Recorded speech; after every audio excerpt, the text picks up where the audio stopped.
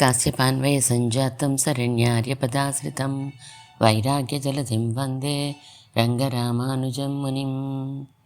వందే వేదాంతకర్పూరచామీకరకరండకం రామానుజార్యమార్యాణాం చూడామణిమహర్నిశం.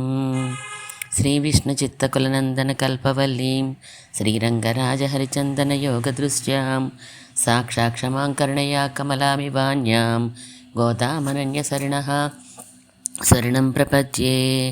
శ్రీరంగభోగిశయనోపరిజాతనిద్రం నీలాకృతిర్నిఖిలపాలనజాగరూకం శ్రీరామచంద్రకులదైవతమంజనాపం శ్రీరంగనాయకమహం ప్రణమామి నిత్యం. అందరికీ దాసోహం.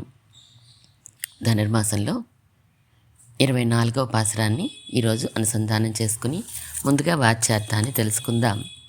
మా ఆచార్యుల మంగళాశాసనాలతో ఆచార్యులతో పించినంత మనం అనుభవిద్దాం.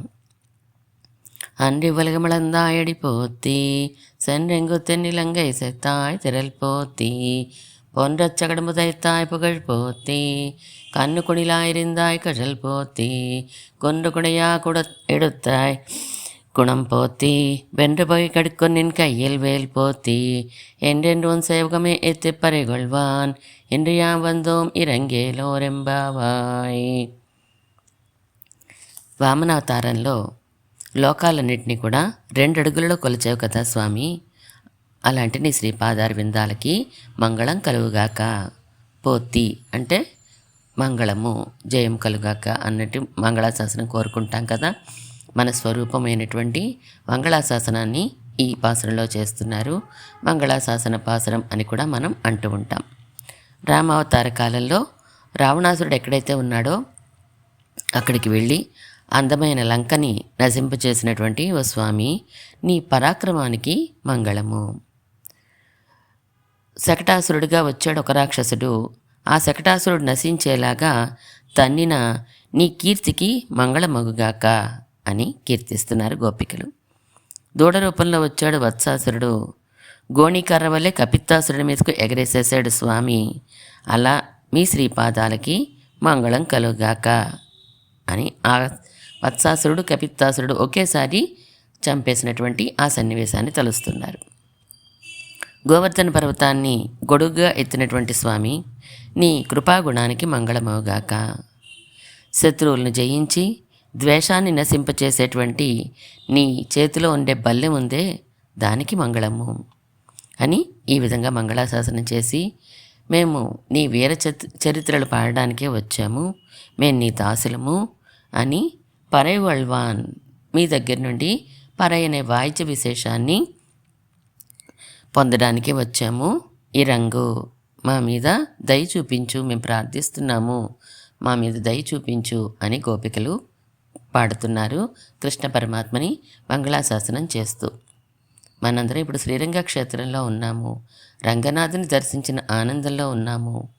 నిన్నటి రోజున వచ్చి కూర్చోవయ్యా 23వ పాసురంలో సృష్టి క్రమాన్ని అంటే భగవత్ తత్వాన్ని చెప్పింది మన గోదానాచ్య.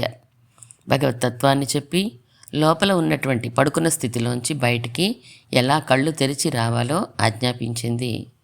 రంగనాథుడు కూడా దాన్ని పాటిస్తూ అందమైన నడకలతోటి వచ్చి సింహాసనంలో వేయించేసి కూర్చున్నారు నిన్నటి రోజున మారిమలై పాసురంలో.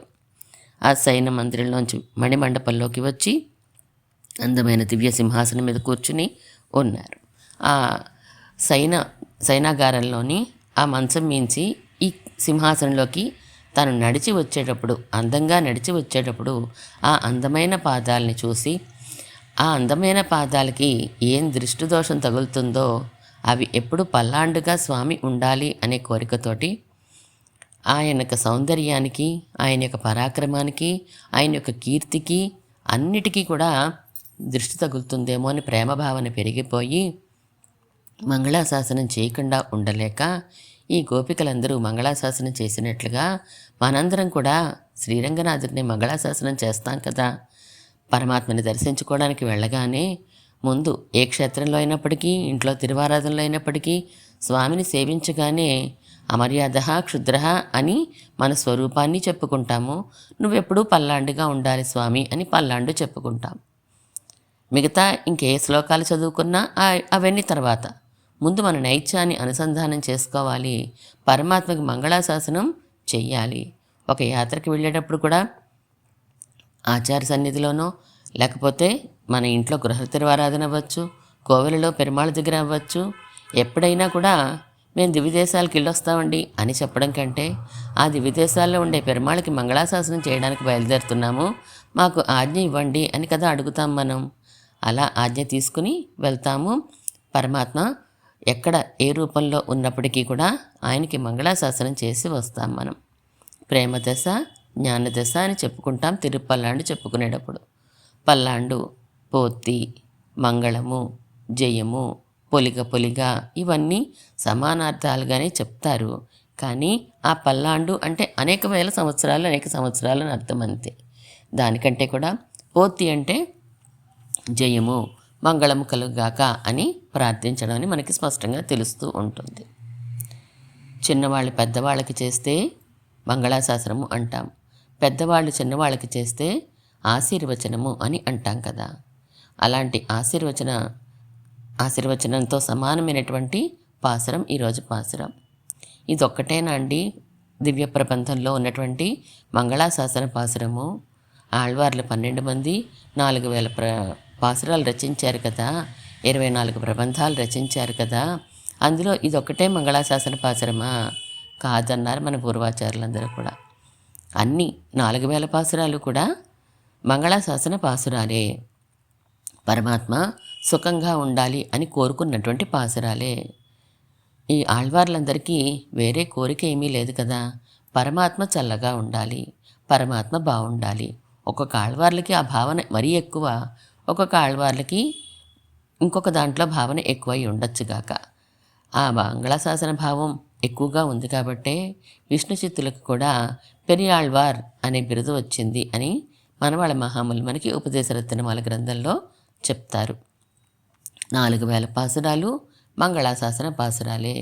వేరే స్టఫ్ ఏం లేదు కదండి. అసలు పాసురాలన్నింటిలో కూడా 4000లో కూడా పరమాత్మ యొక్క రూపాన్ని వర్ణించినవి, స్వరూపాన్ని వర్ణించినవి, ఆయన కళ్యాణ గుణాలు వర్ణించినవి, లేదా జీవుడు పడే ఆర్తి చెప్పే పాసురాలు తప్ప వేరే ఇతర కథలు ఏమీ లేవు. కాబట్టి 4000 కూడా పరమాత్మని తలుస్తూ, పరమాత్మని కీర్తిస్తూ, పరమాత్మకి మంగళాశాసనం చేసినటువంటి పాసురాలే అని మన పూర్వాచార్యుల నిర్ణయం.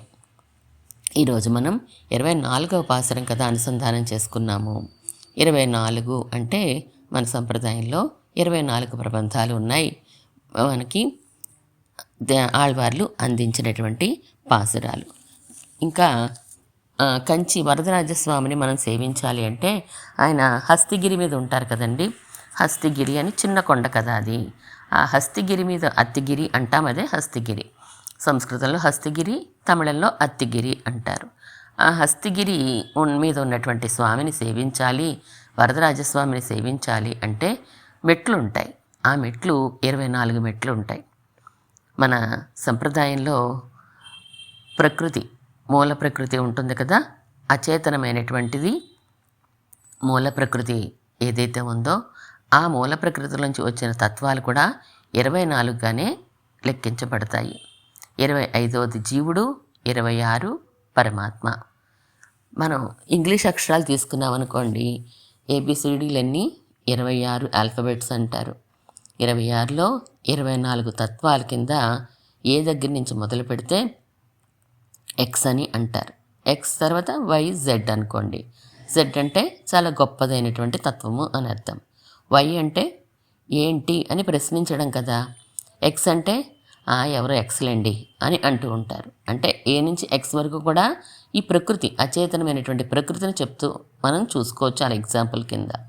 Y అంటే చేతనుడు, చైతన్యం కలిగినటువంటి జీవుడు ఏది, ఎందుకు, ఏమిటి, ఎలా అని క్వశ్చన్స్ వేసుకుంటూ పరమాత్మని ఆశ్రయించడానికి తగిన జ్ఞానం కలిగి ఉంటాడు Y అని చెప్పబడే జీవుడు. Z అంటే ఆయనకి Z కేటగిరీ ఇచ్చారండి, ప్రొటెక్షను అంటూ ఉంటారు. అంటే గొప్పవాడు అని అర్థం కదా. ఆ 26వ తత్వము గొప్పవాడైనటువంటి పరమాత్మని సూచిస్తోంది అని చెప్తూ ఉంటారు. ఏ దివ్యదేశంలో తీసుకున్నా శ్రీరంగంలో కూడా 24 స్తంభాలు ఉన్నటువంటి గాయత్రి మండపం ఉంటుంది.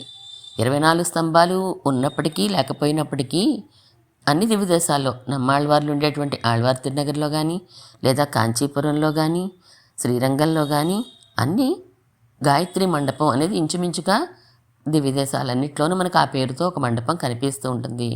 గాయత్రి మంత్రంలో అక్షరాలు కూడా 24 అని చెప్తూ ఉంటారు. శ్రీరంగంలో పెరుమాళ్ ఎదురుగుండా అవధుపారే అని ఉండేటువంటి మనం ప్రదక్షిణ చేసి అక్కడ తీర్థం పుచ్చుకుని వస్తూ ఉంటాం కదా, పెరుమాళ్ సేవించుకుని. ఆ మండపానికి గాయత్రి మండపం అని పేరు.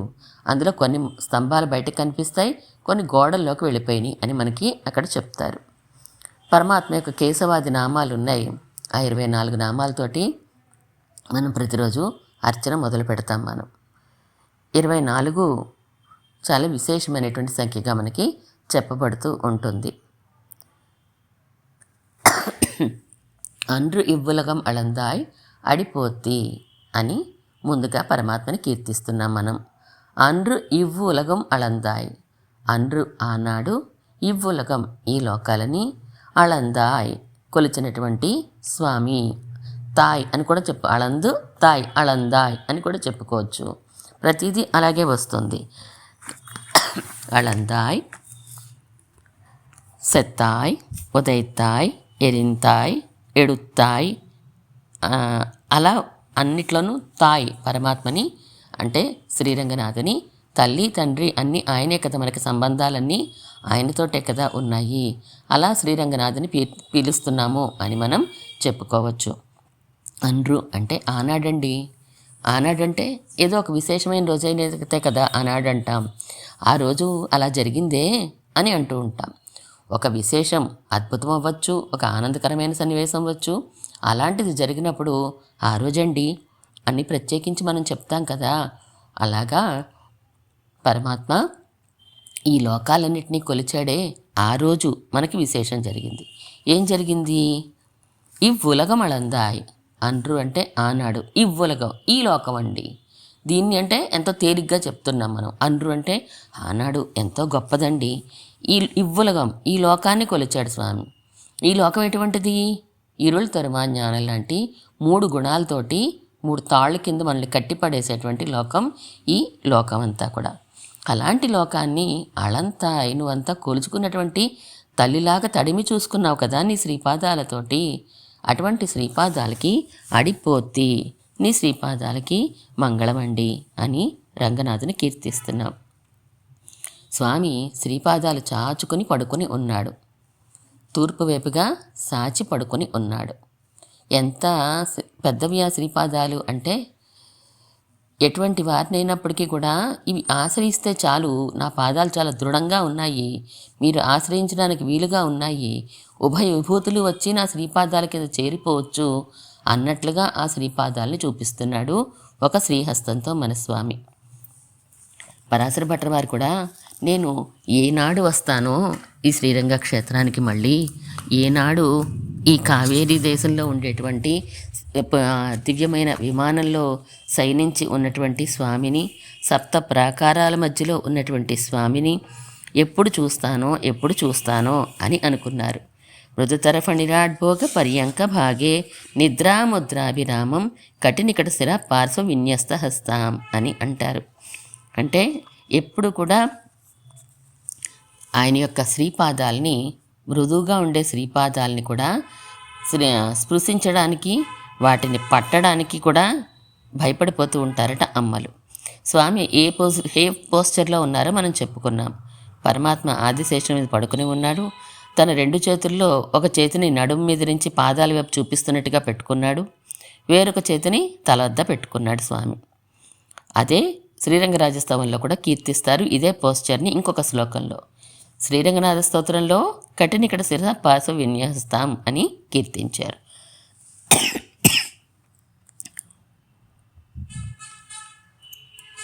శ్రీరంగరాజస్తవంలో కూడా స్వామి రంగనాథుడు బ్రహ్మరుద్రాదులందరికీ కూడా అధిపతి, అందుకని ఈయనకి ఈ కిరీటం తగినది అని ఒక హస్తం చూపిస్తోందట. ఆ కిరీటాన్ని స్పృశిస్తూ ఆ చేయి చెప్తోందట, ఇది ఈయనే పరాత్పరుడు అనేటువంటి విషయాన్ని. ఇంకొక శ్రీపాదం ఉంది, మోకాళ్ళ వరకు చాచుకొని ఉన్నాడు ఆయన. ఆ హస్తం ఏం చెప్తోందంట అంటే, జ్ఞానం లేని వారు కూడా ఆశ్రయించడానికి వీలుగా నేను ఇక్కడ పడుకున్నాను.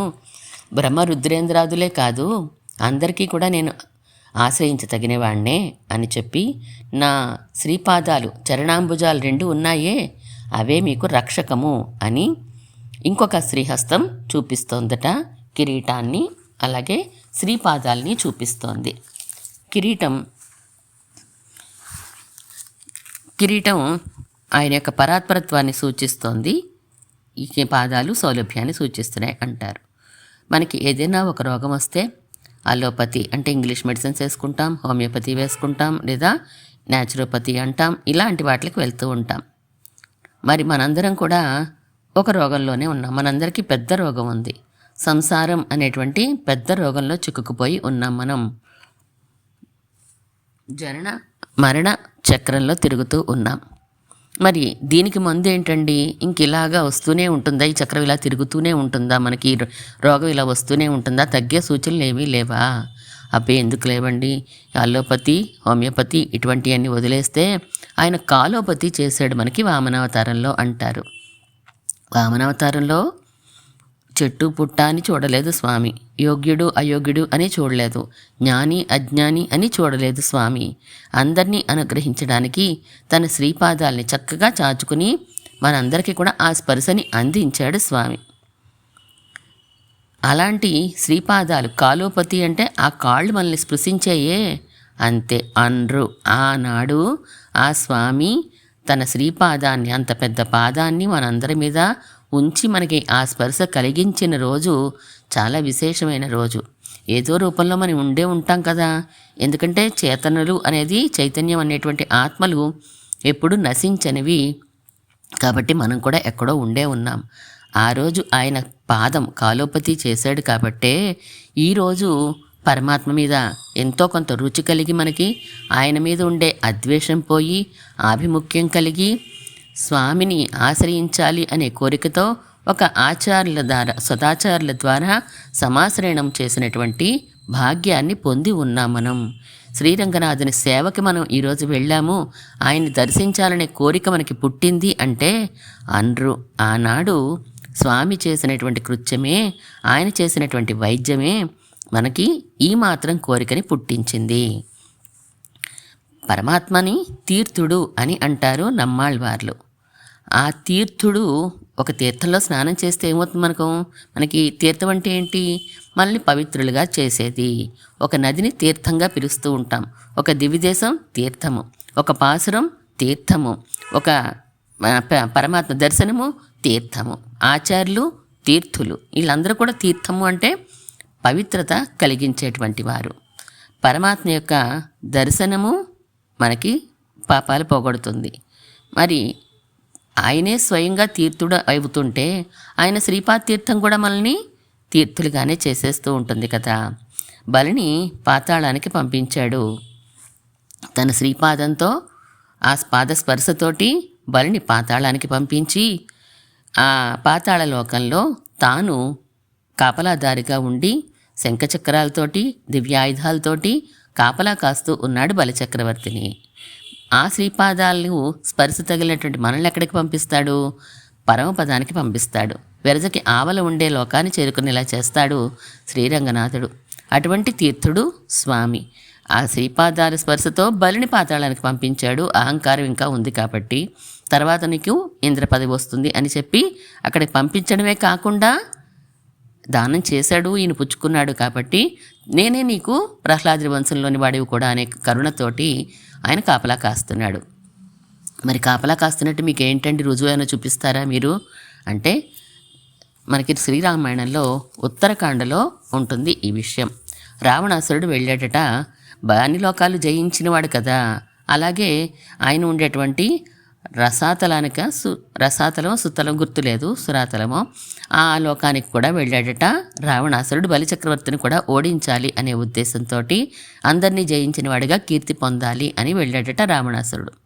వెళ్తే స్వామి శ్రీహరి యొక్క రూపాన్ని చూసి భయపడిపోయి అతనితో యుద్ధం చేయలేక తిరిగి వెళ్ళిపోయాడు అని చెప్పి ఉత్తరాఖండలో వాల్మీకి మహర్షి చెప్తారు. బలికి పరమాత్మ కాపలా కాస్తున్నాడు అనే విషయాన్ని.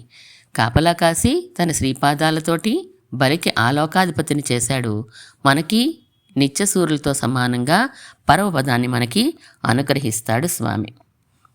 ఆయన యొక్క శ్రీపాద ధూళి తప్ప మనకి ఇంకొకటి రక్షకం లేదు అని ఆళ్వార్లు అంటారు. దుఃఖాల పాలైపోయాం మనం. మరి మనకి విముక్తి కావాలి అంటే ఇంకొక సాధనం లేదండి. అందరికీ కూడా ఆ శ్రీపాదాలే రక్ష. బలి అహంకారం కలిగినటువంటి వాడు.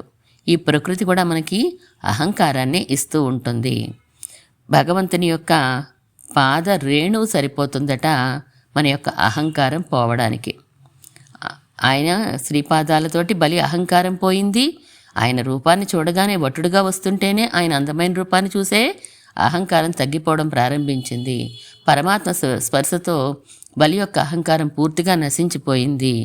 అలాంటి భగవంతుడి యొక్క శ్రీపాద రేణువు చాలట, లేదా ఆ చరణ అమృతాన్ని గ్రోలితే చాలు మనకు కూడా ఉండే అహంకార మమకారాలు పోతాయి అని, నా శ్రీపాదాల్ని ఆశ్రయించండి అని ఒక చేతితో మన శ్రీరంగనాథుడు చెప్తున్నాడు. అలాంటి శ్రీపాదాలకి మంగళము అని పాడుతున్నాం మనం. సెన్రెంగొత్తెన్నిలంగై సెత్తాయ్ తిరల్పోతి. రావణాసురుడు ఎక్కడైతే ఉన్నాడో ఆ లంకకి వెళ్ళి మరీ నశింపచేశాడు. ఆ లంకని, అందమైన లంకని శ్రీరామచంద్రుడు అని చెప్పుకుంటాం. శ్రీరామచంద్రుడు అంటే the complete man, Raman the complete man అని వస్తూ ఉంటుంది మనకి, అడ్వర్టైజ్మెంట్ వస్తూ ఉంటుంది. అలాగా పరిపూర్ణుడండి రామచంద్రుడు అంటే. అన్ని గుణాలకి కూడా పరిపూర్ణత కలిగినవాడు. నీకు రేపు పట్టాభిషేకం అని తండ్రి గారు చెప్పారు. వశిష్ఠుడు, సుమంత్రుడు, ఆ సభలో ఉన్నవారందరూ కూడా చాలా ఆనందించారు ఆ విషయం తెలియగానే. పరమాత్మ పొంగిపోలేదు, అలాగే నిశ్చలంగానే ఉన్నాడు స్వామి. గురువుగారు ఏం చెప్పారో అన్నీ చేశాడు. రాత్రికి పూజలు, మడి అన్నీ చేశాడు. తెల్లవారి కూడా ఏం చేయాలో అన్ని కృత్యాలు చేశాడు. తెల్లవారుగానే నీకు లేదయ్యా పట్టాభిషేకం క్యాన్సిల్ అన్నారు. అదే మొహంతో ఉన్నాడు స్వామి. ముందు రోజు ఎలా ఉన్నాడో కుంగు లేదు పొంగు లేదు అంటామే, అలా ద్వంద్వాలకి అతీతంగా ఉన్నాడు స్వామి. అంతకంటే ముఖ్యమైనది ఏంటంటే ఆయన గుణాల్లోనూ అసలు నీకు ఇంత గ్రేట్ మంచి ఉత్సవం చేస్తాము, నిన్ను రాజుని చేసేస్తాము అని అన్నాము, అది క్యాన్సిల్ అయిపోయింది. దుఃఖపడవలసింది రామచంద్రమూర్తి. మనందరం కూడా ఏం చేయాలంటే అయోధ్యలో ప్రజలందరూ ఏం చేయాలి, అయ్యో రామానికి ఇంత కష్టం వచ్చిందా అని చెప్పి ఆయన్ని ఓదార్చాలి. కష్టం వచ్చింది రామచంద్రమూర్తికి. కానీ రామచంద్రమూర్తి వెళ్ళిపోతాను అయోధ్య నుండి అని ప్రిపేర్ అవుతుంటే రామచంద్రమూర్తి ఊరడించాల్సి వస్తుంది. కౌశల్యని, సీతమ్మని, లక్ష్మణుడిని అందరినీ కూడా కష్టం వచ్చినటువంటి రామచంద్రుడిని వీళ్ళు ఓదార్చాల్సింది పోయి రామచంద్రుడు అందరినీ ఓదారుస్తాడు. మీ ధర్మాలు పాటించండి, మీరు ఇలా ఉండండి అలా ఉండండి అని చెప్పి అంత గుండె నిబ్బరంతో ఉంటాడు రామచంద్రమూర్తి. అలాంటి స్వామి కూడా సీతాదేవిని తీసుకెళ్ళిపోతే మాత్రం చాలా కోపం వచ్చింది ఆయనకి. లంకకి తానే వెళ్ళాడు. ఎక్కడ రావణాసురుడు ఉన్నాడో అక్కడికి తానే వెళ్ళాడు. వెళ్ళి ఆ లంకా నగరాన్ని నశింపచేసినటువంటి వాడు మన స్వామి. మన మనస్సులన్నీ కూడా అందమైన లంకలేనండి. మన శరీరాలన్నీ కూడా అందమైన లంకలు. మన మనస్సులన్నీ రావణాసురుడు, 10 తలలు కలిగినటువంటి రావణాసురుడు మన మనస్సులన్నీ కూడా. 5 కర్మేంద్రియాలు, 5 జ్ఞానేంద్రియాలతో కలిసినటువంటి మనస్సే మనలో ఉండే రావణాసురుడు. ఒక్కొక్క శరీరం ఒక్కొక్క లంక. ఇలాంటి లంకలోకి వచ్చి కూర్చున్నాడు మన శ్రీరంగనాథుడు.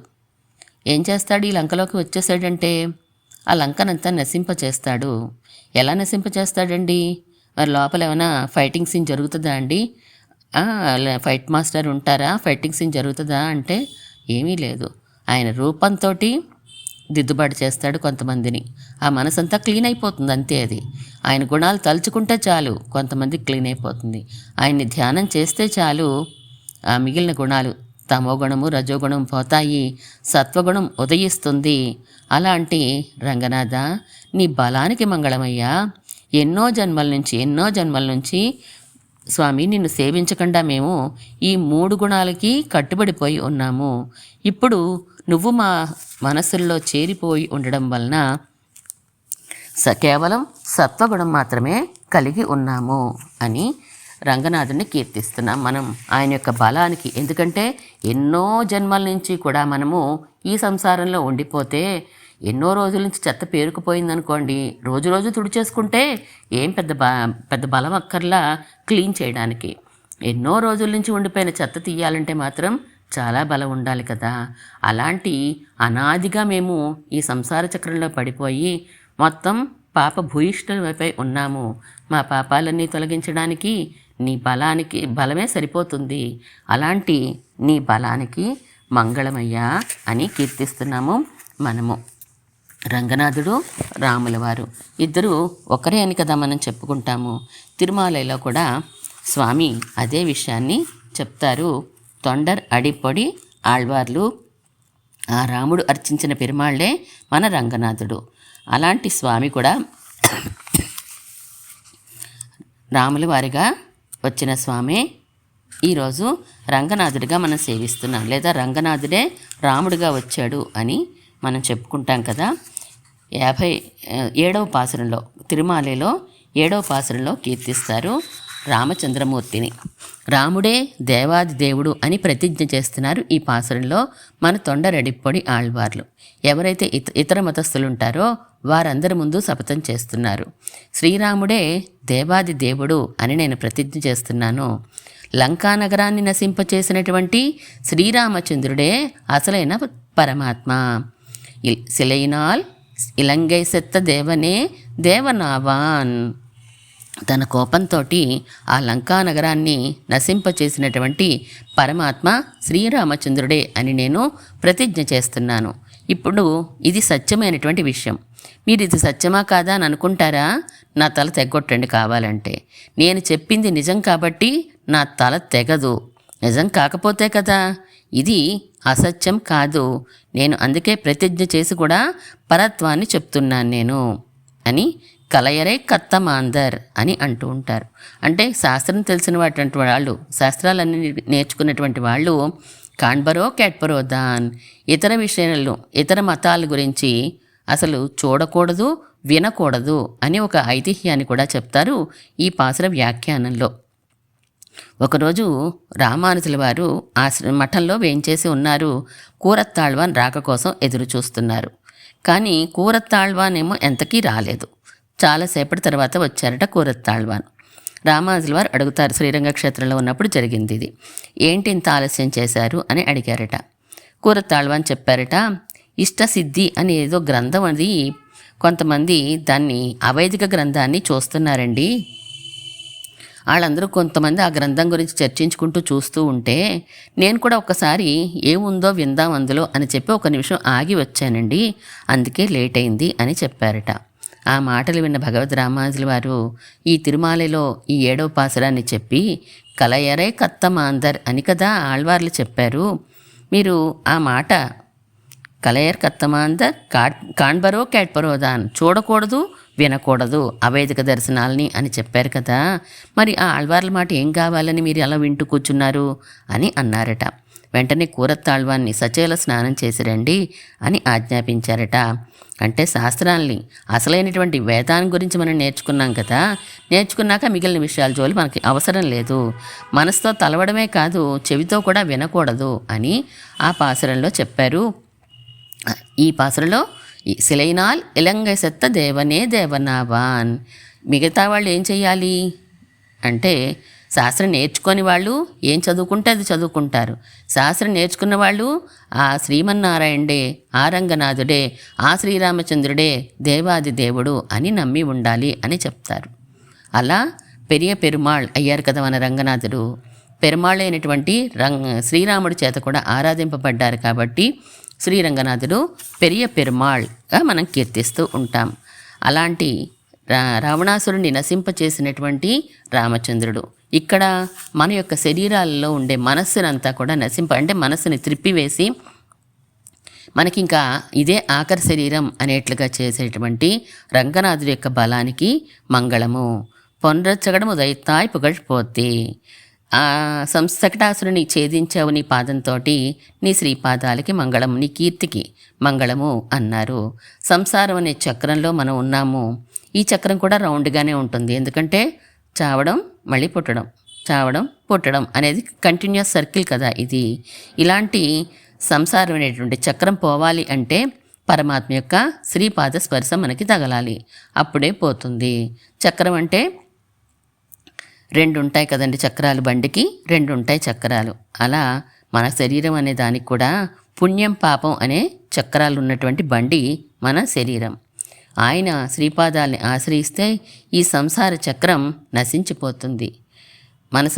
మా ఆళ్వార్లు అంటారు కదా, ఈ నీ శ్రీపాద స్పర్శ వల్ల ఆ శకటం ఛేదించబడింది, దానివలన నువ్వు రక్షింపబడ్డావు, మేము రక్షింపబడ్డాము అని అంటారు. అంటే నీ శ్రీపాదాలు నీకు రక్షగా నిలిచాయి, మాకు రక్షగా నిలుస్తున్నాయి అని కీర్తిస్తారు. పరమాత్మ పాదాలే పరమాత్మకి రక్షకం అంట. ఆ చక్రం వచ్చి పరమాత్మకి ఏ కీడు చేయకుండా ఆ పాదమే రక్షించింది కదా, మళ్ళీ పరమాత్మ మనకి దక్కేలా చేసింది కూడా ఆ శ్రీపాదాలే. కాబట్టి అలా మా శరీరాలన్నింటి కూడా నశింపచేసే కీర్తి కలిగినటువంటి వాడివి నువ్వు. ఆయన్ని రంగనాథుని ఆశ్రయిస్తే చాలండి, మన యొక్క సంసార చక్రం నశించిపోతుంది, ఆగిపోతుంది అనేటువంటి కీర్తి ఉంది కదా పరమాత్మకి. అందువలన అలాంటి నీకు చక్కనైన కీర్తికి మంగళం అన్నారు. కన్ను కొడిలా ఎరిందాయ్ కషల్పోతి. వత్సాసురుడు కపిత్తాసురుడు 2 రాక్షసులు వస్తారు. 2 రాక్షసుల్ని ఒకదాని కొట్టేసినటువంటి వాడు, అలాంటి చాతుర్యం కలిగినటువంటి వాడు. ఆ ఊనిక ఒక కాలు ముందుకి ఒక కాలు వెనక్కి పెట్టి మరి ఒకదాన్ని విసరాలి కదండి, బలంతో విసరాలంటే ఈ వత్సాసురుడిని పట్టుకొని, అందుకని కొంచెం కాలు ముందుకేసి నుంచుంటాడు. అలాంటి నీ ఊనికకి మంగళము అంటున్నారు. మనలో కూడా ఉన్నాయి వత్సాసురుడు కపిత్తాసురుడు. అవేంటండి? వాసన, రుచి అని చెప్తూ ఉంటారు. పూర్వజన్మ వాసనల వల్ల మనం కర్మలు చేస్తూ ఉంటాము. ఆ రుచి ఇంకా ఆ పని అవ్వకుండా మనల్ని నిలబడినివ్వదన్నమాట. ఉదాహరణకి పానీపూరి ఉందనుకోండి, పానీపూరి తింటాం మనం, ఒకసారి రుచి చూసాం దాన్ని, కానీ ఆ వాసన అలా ఉండిపోతుంది మన లోపల. మళ్ళా మర్నాడు అదే టైంకి నడు, నీకు నచ్చింది కదా పానీపూరి, మళ్ళీ తిను మళ్ళీ తిను మళ్ళీ తిను అంటూ ఉంటుంది ఆ వాసన. ఈ రుచి ఏం చేస్తుంది? ఇంకా ఉండనివ్వదన్నమాట. నడు నడు మళ్ళీ తిందాం అని చెప్పి తినేదాకా ఊరుకోకుండా చేస్తూ ఉంటుంది. అలా పరమాత్మ విషయాల్లో, సత్వగుణం కలిగేటువంటి విషయాల్లో, మంచి విషయాల్లో ఈ వాసన రుచి మనకు గట్టిగా పనిచేయవండి. చాలా టైం పడుతుంది అవి పనిచేయాలంటే. మనకు వద్దన్న విషయాల్లో మాత్రం ఈ వాసన రుచి చాలా బలంగా ఉంటాయి. అవి పోవాలి అని అనుకుంటే, అంటే పానీపూరి ఒకటే కాదుండే చెప్పింది, ఉదాహరణ చెప్పాను అంతే. ఈ సంసారంలో ఉండే విషయాల మీద వాసన రుచి తగ్గాలి అంటే పరమాత్మ యొక్క బలమే ఉండాలి. ఆ పరమాత్మ తలుచుకోవాలి, ఆయన సంకల్పం ఉంటే చాలు, ఆయన మన యందు ఊనిక కలిగి ఉంటే చాలు, మనము ఆ వాసన రుచుల్ని పోగొట్టుకోగలుగుతాము, అవి నశించిపోతాయి. అలాంటి నీ ఊనికకు మంగళమయ్యా అని కీర్తిస్తున్నాం మనం. కుండ్రుకుడయాయుడొత్తాయ్ గుణం పోతి.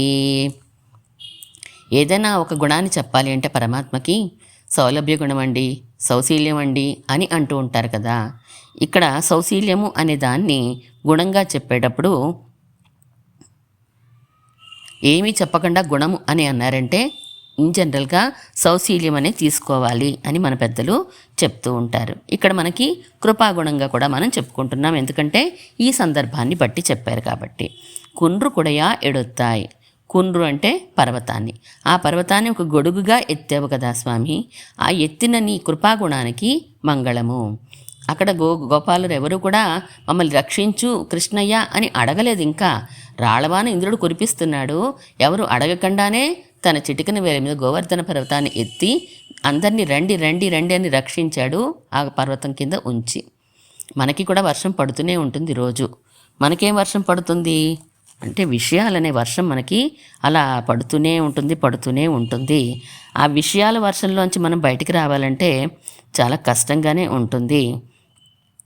రూపము, రసము, గంధము, స్పర్శ, శబ్దము ఇవి అన్నీ కూడా మన మీద వర్షాలు కురిపిస్తూ ఉంటాయి.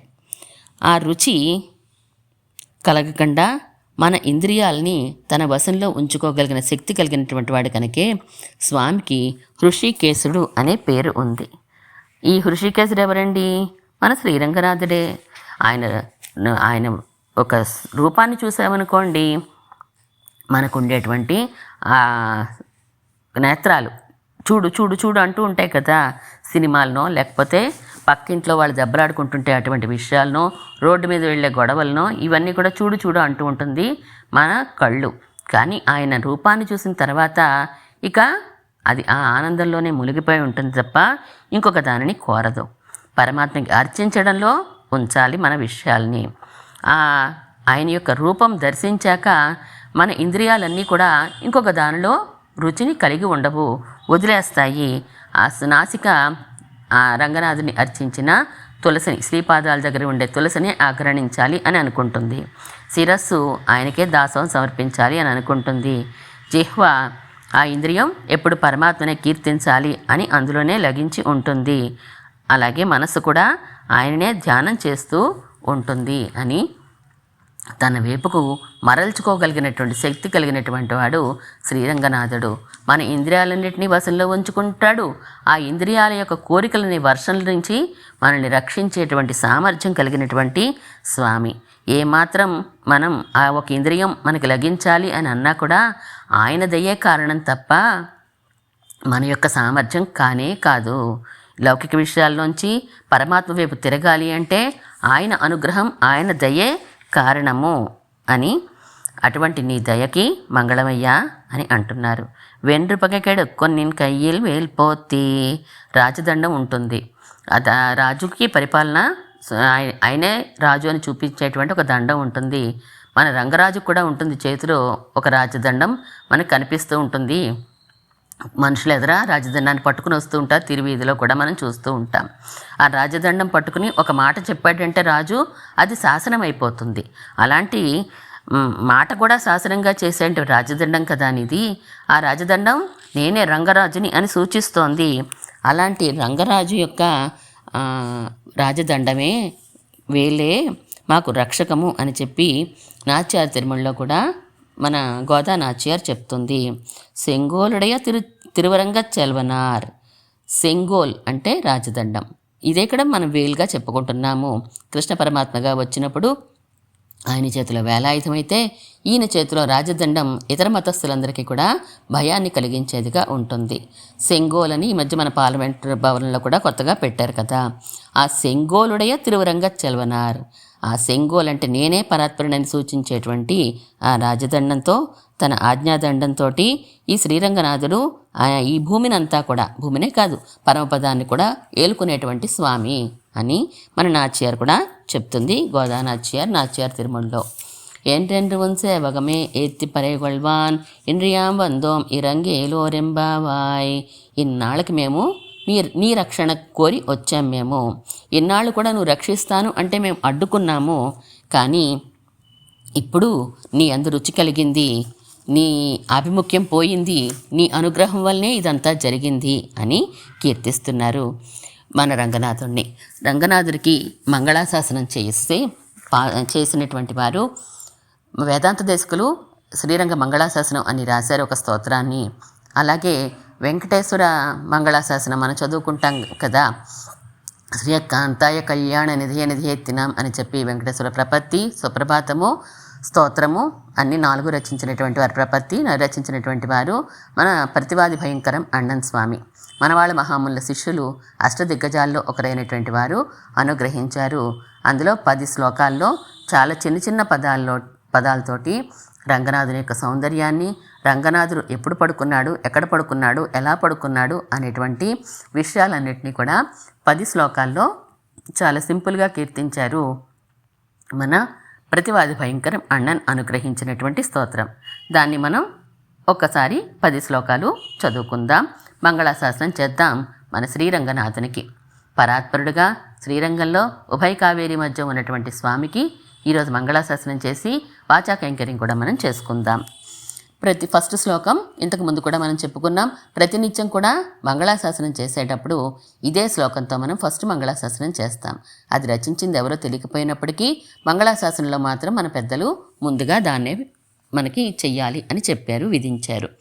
లక్ష్మీచరణలాక్షాంక సాక్షి శ్రీవత్సవక్షసే క్షేమంకరాయ సర్వేషాం శ్రీరంగేశాయ మంగళం. శ్రీరంగేశాయ మంగళం. ఎవరికండి మంగళం?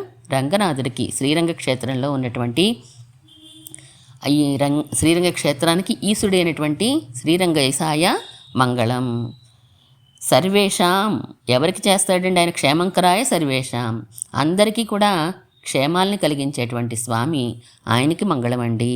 అందరంటే ఎవరండి అంటే ఈ త్రివిధ స్వాధీన త్రివిధ చేతన అంటారు. ఆయన అధీనంలోనే ఉంటాము, చేతనములైన అచేతనములైన. అటువంటి స్వామికి మంగళాశాసనం చేస్తున్నాం. మనం బద్దులంగా ఉన్నాం, కానీ ఈ సంసారంలో ఉన్న మనకి ఆయనే రక్షకుడు, అచేతన పదార్థాలకి ఆయనే రక్షకుడు, నిత్యసూరులైనప్పటికీ కూడా ఆయనే రక్షకుడు అందరికీ. అటువంటి స్వామి సర్వేషాం అంటే అందరికీ కూడా క్షేమాన్ని కలిగించేటువంటి స్వామి అండి ఆయన. సరే, ఆయన ఎలా గుర్తుపడతామండి మరి అంటే అమ్మ ద్వారా గుర్తుపట్టాలండి. లక్ష్మీచరణ లాక్షాంక, లక్ష్మీదేవి శ్రీపాదాలకి ఒక పరిమళ ద్రవ్యాన్ని లత్తుక అంటారు కదా, దాన్ని ధరించి ఉంటుంది. ఆమె వక్షస్థలంలోనే ఎప్పుడు కూర్చుని ఉంటుంది కదా, అందుకని ఆ పాదముద్రలు స్వామి యొక్క వక్షస్థలం మీద అలదుకొని ఉంటాయి అని మనకెవరు చెప్తున్నారు? సాక్షి శ్రీవత్స వక్షసే. ఈ శ్రీవత్సం అనే పుట్టుమచ్చ ఆ వక్షస్థలంలోనే ఉందట. లక్ష్మీదేవి యొక్క లత్తుక గుర్తులు ఆ వక్షస్థలంలోనే ఉన్నాయిట. ఆ లక్ష్మీదేవి గుర్తులు కలిగిన స్వామి వీరేనండి అని మనకి ఆ శ్రీవత్సం సాక్ష్యం చెప్తోందట. పరాత్పరుడు ఈయనేనండి అని ఆ పుట్టుమచ్చ సాక్ష్యం చెప్తోందట మనకి. వేదాంత తత్వచింత మురబి దురసియత్పాద చిహ్నే స్తరంతే అన్నట్లుగా ఎవరి యొక్క వక్షస్థలం మీద అమ్మ పాదాల గుర్తులు ఉంటాయో ఆయనేనండి అని చెప్పి పరమాత్మ ఈయనేని సూచిస్తోంది. కాబట్టి సాక్షాత్ శ్రీవత్సవక్ష అని చదువుతూ ఉంటాం, కానీ సాక్షి అని చదవాలి అని మన పెద్దలు చెప్తూ ఉంటారు. మొట్టమొదటి శ్లోకంలో అటువంటి స్వామికి మంగళాశాసనం, పరాత్పరుడైనటువంటి స్వామి అని తెలియజేశారు. మనం ఎలా చెప్పుకుంటాం? మన స్థానం ఏదండి అంటే నమ్మాళ్ళవార్లు పరమాత్మ యొక్క శ్రీపాదాలే నమ్మాళ్ళవార్లు. అందుకే పరమాత్మ పాదాలకి శ్రీ శఠారి అని పేరు వచ్చింది. మనకి ఆయన పాదాలే రక్షకము, నిరూపకం కూడా. స్వామి పాదస్థానీయులు వండి అని మనం చెప్పుకుంటూ ఉంటాం. స్వామి ఏం చెప్పుకుంటాట అంటే అమ్మ పాదాలే నాకు గుర్తండి, అమ్మ పాదాలే నాకు చూపిస్తూ ఉంటాయి, నా స్వామిత్వాన్ని ప్రకాశింపచేస్తూ ఉంటాయి అని అమ్మ పట్ల అంత ప్రేమని కలిగి ఉంటాట స్వామి. సరే, రెండో శ్లోకాన్ని చెప్పుకుందాం. సైకతే సహ్యకన్యా తరంగా నిలశీతలే అధిరంగం భుజంగేంద్రే సుఖసుప్తాయ మంగళం. అధిరంగం ఆ శ్రీరంగ క్షేత్రంలో స్వామి భుజగేంద్రే, ఆ సర్పాల్లో అన్నిటికంటే శ్రేష్టమైనటువంటి వాడు ఆదిశేషుడు కదా. ఆ ఆదిశేషుడి మీద సుఖసుప్తాయ సుఖంగా పడుకొని ఉన్నాడు స్వామి.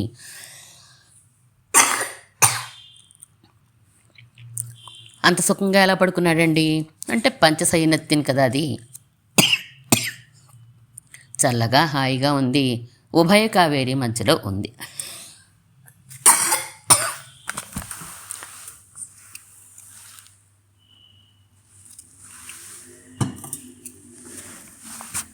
సహ్యపర్వతాల్లో పుట్టింది కావేరి. ఆ కావేరి అటు ఇటు ఉంటే హాయిగా చల్లని గాలి వీస్తుంటే మధ్యలో పడుకుని ఉన్నాడు ఈయన. అటువంటి స్వామికి మంగళం. రజతాద్రి నిషన్న ఇంద్రనీల శైల అనుకారిణే శేషేశయాయ శ్యామాయ శ్రీరంగేశాయ మంగళం. ఇక్కడ ఒక పర్వతం మీద ఇంకొక పర్వతం చేరి ఉందట. ఒక పర్వతం మీద ఒక పర్వతం ఉంటుందా? ఉండదు. దాన్ని ఒకటే పర్వతం అంటాం. అలా అయితే పర్వతం పక్కన పర్వతం ఉంటుంది. కానీ ఇక్కడ అಣ್ಣన్ స్వామికి రెండు పర్వతాలు కనిపిస్తున్నాయట. ఒక పర్వతం నల్లగా ఉందట, ఒక పర్వతం తెల్లగా వెండి పర్వతంలా మెరిసిపోతోంది. వెండి కొండ మీద ఉన్నటువంటి ఇంద్రనీల శైలంలా ఉన్నట్ట స్వామి. రజతాద్రి నిషన్న ఇంద్రనీల శైల అనుకారిణే. ఇంద్రనీల పర్వతం రంగనాథుడు మన వెండి పర్వతంలా ఉన్నటువంటి భుజగేంద్రుడు ఈయన మీద ఉన్నాడు. అంటే ఆదిశేషుడి మీద రంగనాథుడు పవళించి ఉంటే రెండు కొండల్లా కనిపిస్తున్నాయి. శేషేశయాయ శ్యామాయ, ఆదిశేషుడి మీదటువంటి శయనించి ఉన్నటువంటి స్వామికి మంగళము అన్నారు. శ్యామాయ అంటే నలుపు వర్ణం కలిగిన వాడు కదా అని మనం చెప్పుకుంటాం. అలా కాదట, ఎప్పుడు మనసుని వదిలిపెట్టకుండా ఉండేవాడిని కూడా వ్యుత్పత్తి అర్థంలో ఇంకొక అర్థం కూడా వస్తుందట శ్యామాయ అని చెప్పుకున్నప్పుడు. ఎప్పుడూ మనసుని వదలకుండా మనసంతా నిండి ఉండేవాడు ఎవరైతే ఉంటాడో ఆయనని శ్యామాయ అని అంటూ ఉంటారు. ఆ మనసుని ఆకర్షిస్తాడు, స్థిరంగా మన మనసులోనే ఉంటాడు. అంటే కనులు మోసినా నీవాయే, కనులు తెరిచినా నీవాయే అన్నట్లుగా మనల్ని ఆకర్షించే స్వభావం కలిగినటువంటి వాడు స్వామి అలాంటి స్వామికి మంగళము. బాహుమేకం ప్రసార్య అన్యపముపదాయ అధిపన్నగం నిద్రాణాయ జగద్రక్ష జాగరూకాయ మంగళం. సరే, ఎక్కడ ఉన్నాడో చెప్పారు, ఎలా ఉన్నాడో చెప్పారు. ఇప్పుడు ఏ పోస్చర్లో పడుకున్నాడండి స్వామి అంటే ఒక బాహుని బాగా చాపాడండి, బాహుమేకం ప్రసార్య. ఇంకొక చేతిని ఉపదానం అంటే తలగండ్లా పెట్టుకున్నట్ట స్వామి. ఆదిశేషు మీద నిద్రిస్తున్నట్లుగా ఉన్నాడు. నిద్రించట్లా, జగద్రక్ష జాగరూకాయ, నిద్రాణాయ నిద్రపోతున్నట్లుగా ఈ జగద్రక్షణ అనే చింతన చేస్తూ మనసులో ఎప్పుడు అలా ఉండేటువంటి స్వామికి మంగళము అని బాహుమేకం ప్రసార్య అని చెప్పి ఏ విధంగా శయనించి ఉన్నాడంటే ఒక చేతిని తలగడ కింద పెట్టుకున్నాడు, ఒక చేతిని పాదాలు సూచిస్తూ స్వామి హాయిగా పడుకొని ఉన్నాడు, మన యొక్క రక్షణ చేస్తూనే. ఎక్కడ సేవించినా పాదాలు ఎలా ఉన్నాయో సేవిస్తాం మనం, అలాగే శ్రీహస్తాలు ఎలా ఉన్నాయో సేవిస్తూ ఉంటాం మనం. అలా కిరీటం ఒక చెయ్యి చూపిస్తోంది అంటే కనుక అమ్మో పరాత్పరుడేమో, మనం వెళ్ళి ఆశ్రయించలేమేమో అని భయపడకండి, నేను అత్యంత సౌలభ్య గుణం కలిగిన వాణ్ణి అని శ్రీపాదాలు చూపిస్తున్నాయి. పరాత్పరత్వము సౌలభ్యము రెండు కనిపిస్తున్నాయి మనకి శ్రీరంగనాథుల్లో. పరిష్కృతాసనాంబోజ పరస్పరతులాంగ్రియే స్వరత్పీతాంబరాయాస్తు శ్రీరంగేశాయ మంగళం. చక్కగా అలంకరించబడినటువంటి ఒక పద్మం మీద స్వామి ఉన్నాడు. ఆ స్వామి రెండు శ్రీపాదాలు కూడా ఒకదానికి ఒకటి సరైనటువంటి సరిపోయే విధంగా ఉన్నాయట. ఒకదాని చేరిక వల్ల ఇంకొక దానికి అందం పెరిగిందా అన్నట్లుగా చక్కగా అందమైన తామర పుష్పం మీద ఈ పద్మాల్లాంటి పాదాలు ఉన్నాయి. అవి పద్మాలే, ఇవి పద్మాలే. ఇంకా స్ఫురత్ పీతాంబరాయాస్తు శ్రీరంగేశాయ మంగళం. ఆ పీతాంబరం కూడా ప్రకాశిస్తోందండి అన్నారు. మనం ఏదైనా ఒక వస్త్రం ధరించామనుకోండి, ఇస్త్రీదే కట్టుకుంటాం, మంచిదే కట్టుకుంటాం, తర్వాత ఒక గంట తర్వాత ఎలా ఉంటుంది మన వస్త్రం? నలిగిపోయి ఉంటుంది, కాంతి తగ్గిపోయి ఉంటుంది. కానీ పరమాత్మ ధరిస్తే పీతాంబరం కూడా ప్రకాశిస్తోందట. పీతాంబరం అనేది, వస్త్రం అనేది అచేతన పదార్థం కదా, అది ఎలా ప్రకాశిస్తుంది అంటే పరమాత్మ ధరించినప్పుడు అవన్నీ కూడా జ్ఞానం కలిగినవే కాబట్టి అచేతనాలు అయినప్పటికీ కూడా వాటిలో ఆనందం అనేది మనకి కనిపిస్తూ ఉంటుంది, ప్రకటిస్తూ ఉంటాయట అవి కూడా. ఎందుకంటే ఒక జీవుడు నేను వస్త్రంగా మారిపోవాలి అని అనుకోవచ్చు. అలాంటప్పుడు జీవుడు చైతన్యం కలిగిన వాడే కదా, అమ్మయ్య పరమాత్మ నన్ను ధరించాడు, పరమాత్మ నా స్పర్శ నాకు తగిలింది అని ఆనందంతో అవి కూడా ప్రకాశిస్తూ ఉంటాయట. దివ్యమంగళ విగ్రహ స్పర్శ వలన వచ్చిన ఆనందంతో ప్రకాశం. దర్శితాభయముద్రాయ భక్తానాం తద్విరోధినాం దీప్త దివ్యాయుధాయాస్తు శ్రీరంగేశాయ మంగళం. ఆయన నంబెరమాళ్ళు ఎంత అందంగా ఉంటాడు అంటే 4 భుజాలతోటి ఉంటాడు స్వామి. ఆయన ఏమంటారు? అழగే మనవాళన్ అని కదా అంటారు. 4 చేతుల్లో 2 చేతుల్లో శంఖచక్రాలు ఉన్నాయి, ఒక చేత్తో గద పట్టుకున్నాడు స్వామి, ఇంకొక చేత్తో అభయాన్ని ఇస్తున్నాడు మనకి.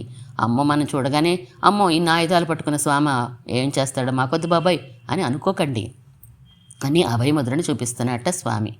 ఎవరికి ఆయుధాలు అంటే ఆశ్రితుల యొక్క విరోధులు తొలగించడానికి ఆయుధాలు ధరించాను తప్ప మీకైతే చూడండి నేను ఎలా ప్రకాశిస్తున్నాను. భక్తానా త్వం ప్రకాశసే, భక్తుల కోసమే నేను నిలబడ్డాను అన్నట్లుగా ఈ సంసారం అనే సముద్రంలోంచి మిమ్మల్ని ఉద్ధరించడానికి నేను వచ్చాను, మీ విరోధుల్ని నేను పోగొడతాను, తత్విరోధినా దీప్త, మీ విరోధుల్ని భయపెట్టడానికే అని చెప్పి చూపిస్తున్నాడట స్వామి. సుస్మితాయ సునాసాయ సుదృశే సుందర భ్రువే సులలాట కిరీటాయ శ్రీరంగేశాయ మంగళం. మంచి దరహాసంతో ఉన్నాడు స్వామి, పొడవైనటువంటి నాసికతో ఉన్నాడు, చల్లనైనటువంటి చూపులు, కరుణ కురిపించేటువంటి వికసించిన తామర పుష్పాల లాంటి చూపులతోటి స్వామి అంతే అందమైనటువంటి కనుబొమ్మలతో ఉన్నాడు స్వామి. సులలాట కిరీటాయ శ్రీరంగేశాయ మంగళం. ముఖారవిందాన్ని చెప్తున్నారు. ఆ ముఖారవిందంలో సౌశీల్యాన్ని చూపించేటువంటి చిరునవ్వు, అలాగే సుందర నేత్రాలు, అందమైనటువంటి నేత్రాలు, మనం ఆకర్షించేటువంటి నేత్రాలు, సులలాట మంచి నుదురు భాగాన్ని కలిగిన వాడై పరత్వాన్ని చూపించేటువంటి కిరీటంతో సౌలభ్యాన్ని చూపిస్తూ స్వామి శ్రీరంగేశాయ, శ్రీరంగ క్షేత్రంలో మనకి దర్శనమిస్తున్నాడు స్వామి. చూడగానే చిరునవ్వుతో మనల్ని రండి రండి అని పిలుస్తున్నట్టుగా ఉన్నటువంటి స్వామి శ్రీపాదాల దగ్గర నుంచి పీతాంబరాన్ని వర్ణించారు, శ్రీపాదాలను వర్ణించారు, సుందరహస్తాలు వర్ణించారు, ఆయుధాలు చెప్పారు, ఇప్పుడు ముఖారవిందాన్ని చెప్పారు. అలా అందంగా ఉన్నటువంటి వేంచేసి ఉన్నటువంటి స్వామి తరంగితదయైర్విశ్వం అపాంగైరవిషించతే సమ్రాజే సర్వలోకానా శ్రీరంగే సాయ మంగళం. సర్వలోక సామ్రాట్ ఈయనేనండి అని చెప్పే విధంగా ఉన్నాడట. అలాంటి శ్రీరంగనాథునికి మంగళమండి. ఒక్కొక్కటి ఇందాక చెప్పుకున్నట్టుగా పాదాలు సౌలభ్యాన్ని సూచిస్తాయి, కిరీటం స్వామిత్వాన్ని, ఆయుధాలు ఆయన యొక్క జ్ఞానము శక్తిని సూచిస్తూ ఉంటాయి. ఇవి ఎల్లాం నంబెరుమాళ్ పక్కలెళ్ళే కాణలాం అంటారు కదా పెళ్ళలోకాచార్య స్వామివారు. ఈ గుణాలన్నీ నంబెరుమాళ్ళలో ఉన్నాయండి అంటారు. ఈ లోకాన్నంతటినీ కూడా తన దయ అనేటువంటి చూపులతోటి, దయ కలిగిన చూపులతో అభిషేకం చేసేస్తున్నట్ట. అభిషేకం అంటే ఒక వస్త్రాన్నో ఒక నీరాన్నో లేదా క్షీరాన్నో పైనుంచి కింద దాకా వేసి తడుపుతాం మనం పరమాత్మని. ఆయన ఏం చేస్తున్నట్ట, ఈ లోకాన్నంతటి తన దయ అనే చూపులతోటి తడిపేస్తున్నాడట స్వామి. ఆయన తడిచిపోతున్నాడు, అందులోనూ మనల్ని కూడా తడిపేస్తూ ఉన్నాడు స్వామి. ఉవ్వెత్తున ఎగసిపడేటువంటివి అన్నీ ఎగసిపడుతున్నాయి కాబట్టి మొత్తం కూడా అందులో తడిచిపోతోంది ఈ లోకమంతా ఆయన యొక్క దయ అనే చూపుల్లో.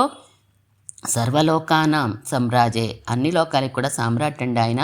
అటువంటి స్వామి కరుణ కలిగినవాడు, అందరినీ రక్షించేవాడు. విదేహే ఇక్ష్వాకులబ్ధాయ విభీషణకృతే పునః విశ్రాణితాయ రామేణ శ్రీరంగేశాయ మంగళం. విధి అంటే బ్రహ్మ. ఎక్కడి నుంచి వచ్చాడండి ఈయన? పరమాత్మ అంటే బ్రహ్మగారి దగ్గర నుంచి వచ్చాడు స్వామి. ముందు బ్రహ్మకు వచ్చాడు, బ్రహ్మ దగ్గర నుంచి ఇక్ష్వాకు వచ్చాడు, ఆ ఇక్ష్వాకు దగ్గర నుంచి విభీషణ దగ్గరికి వచ్చాడు. విశ్రాణితాయ అంటే ఇవ్వబడ్డాడు స్వామి.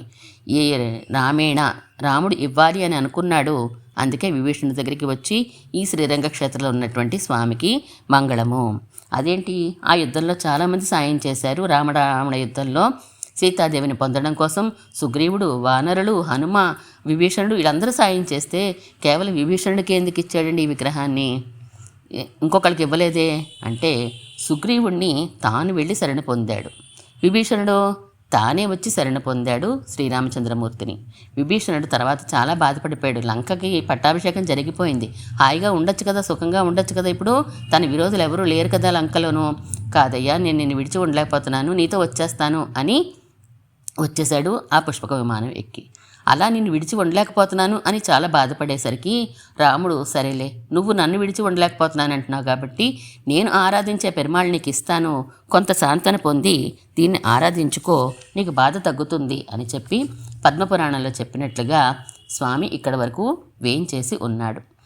జ్ఞానసిద్ధాంజనేన అస్మద్దేశికై దర్శితాయమే నిధయే నిత్యపూర్ణాయ శ్రీరంగేశాయ మంగళం. అమ్మని దర్శించాలంటే భక్తి సిద్ధాంజనేన అంటారు శ్రీగుండరత్నకోశంలో పరాశర భట్టర్ వారు. మరి స్వామిని దర్శించాలంటే జ్ఞాన సిద్ధాంజనేన అని అంటున్నారు. జ్ఞానం అనే కాటు కళ్ళకు ఉంటే పరమాత్మ కనిపిస్తాడట, భక్తి ఉంటే అమ్మ కనిపిస్తుంది. ఎందుకంటే ప్రియం హితం చేసేవారిద్దరు కదా. అమ్మ చాలా మెత్తని హృదయం కలిగింది కాబట్టి ప్రేమిస్తే చాలు దొరికిపోతుంది. ఈయనకో జ్ఞానం కూడా ఉండాలి, అప్పుడే మనకు లభిస్తాడు అని అంటున్నారు. అంటే మనకి ఈ మాత్రం జ్ఞానాన్ని ఎవరిచ్చారు మనకి? మన ఆచార్యులు, స్వాచార్యులు ఇచ్చారు కదా. ఎవరికైతే అస్మద్దేశికై దర్శితాయ, ఆయనకు ఆచార్యులు మన వాళ్ళ మహాములు కాబట్టి ఆయన్ని స్మరించుకున్నారు. మనం మన ఆచార్యుల్ని స్మరించుకోవాలి. ఈ మాత్రం కొంచెం సేవించుకోగలుగుతున్నాను, రంగనాథుని చూడాలనే కోరిక కలగడానికి కారణము మన ఆచార్యులు చెప్పిన శ్రీ సూక్తులే కాబట్టి ఆయన అనుగ్రహం లేకపోతే మనకి ఒక చిత్తుకి తేడా తెలియనటువంటి వాళ్ళము. అలా పడి ఉన్నటువంటి మనల్ని ఈ మాత్రం జ్ఞానం కలిగించినటువంటి మన స్వాచార్యులు కూడా మంగళాశాసనం చేసుకుంటున్నాం మనము. అంటే ఈ ఆ బురద కోపంలో పడిపోయి ఇదే ఆనందం అని అనుకుంటున్నటువంటి మనల్ని ఉద్ధరించి సేవింపచేసినటువంటి ఆచార్యులు ఒక అద్భుత నిధిని మనకు చూపించారు. శ్రీరంగనాథుడు అనే అద్భుత నిధిని చూపించాడు. అలాంటి శ్రీరంగనాథుడికి మంగళం. మా ఆచార్యుల చేత మేము నిన్ను దర్శించామయ్యా, అటువంటి నీకు మంగళాశాసనము అని అంటున్నాం మనం ఈరోజు. ఎలా వచ్చాము? ఇంద్రియాం వందోం ఇరంగు, మా అంతటి మేము వచ్చేసాం. అంటే పారతంత్రం చూపించాలని కాదు, ఉండలేక వచ్చి నీకు మంగళాశాసనం చేస్తున్నాము. మా స్వరూపం ఏంటి? నువ్వు రక్షించే వరకు సీతాపిరాటిలా ఉండాలి, కానీ మేము ఉండలేకపోయాము, వచ్చేసాం. ఇరంగు ప్రార్థిస్తున్నాం మేము. నీ కృపే సాధనం తప్ప మా ప్రార్థన సాధనం కాదోయోయ్. మేము స్వస్వాతంత్రం అని అనుకోకు, నువ్వు దయ చూపిస్తేనే ఏదైనా పని అవుతుంది తప్ప లేకపోతే కానే కాదు. మేము వచ్చి కోరాం కాబట్టి నువ్వు ఇచ్చావు అని మేము రావడం ఒక ప్రయోజనంగా మేము అనుకోవట్లేదు. నీ దయే మాకు కారణంగా మేము భావిస్తున్నాము. నీ కృప పొందాలి అంటే కూడా అదే నీ దయే ఉండాలి. వందోం అంటే రుచి కార్యం, అంటే నీ మీద రుచి ఆగక మేము నిన్ను దర్శించడానికి వచ్చేసాము. నీకు మంగళాశాసనం చేశామంటే కూడా ఆగలేక చేస్తున్నామయ్యా. ఇంకా మా కోరిక ఏదో మేము చెప్పనే లేదు, కానీ నీ సౌందర్యం మమ్మల్ని ఆకర్షించింది. నీ నడకల గమనం మేము ఆగలేకపోతున్నాం ఆర్తి. అందుకని నీకేం దృష్టి దోషం తగులుతుందో అని శ్రీరంగనాథ మంగళాశాసనం చేశాము. మా పిల్లల్ని చిన్న అంటే కొంచెం జ్ఞానం కలిగినటువంటి మమ్మల్ని నువ్వు అనుగ్రహించవలసింది అని చెప్పి ఈరోజు పాసరంలో పరమాత్మని మనం ప్రార్థిస్తున్నాం. స్వచిష్ట మాలికా బంధకంద బంధురు జిష్ణవే విష్ణుచితతనూజాయై గోదాయై నిత్యమంగళం శ్రీమన్మహాభూతపురే శ్రీమత్కేశవ యజ్వర కాంతిమత్యాం ప్రసూతాయ యతి రాజాయ మంగళం.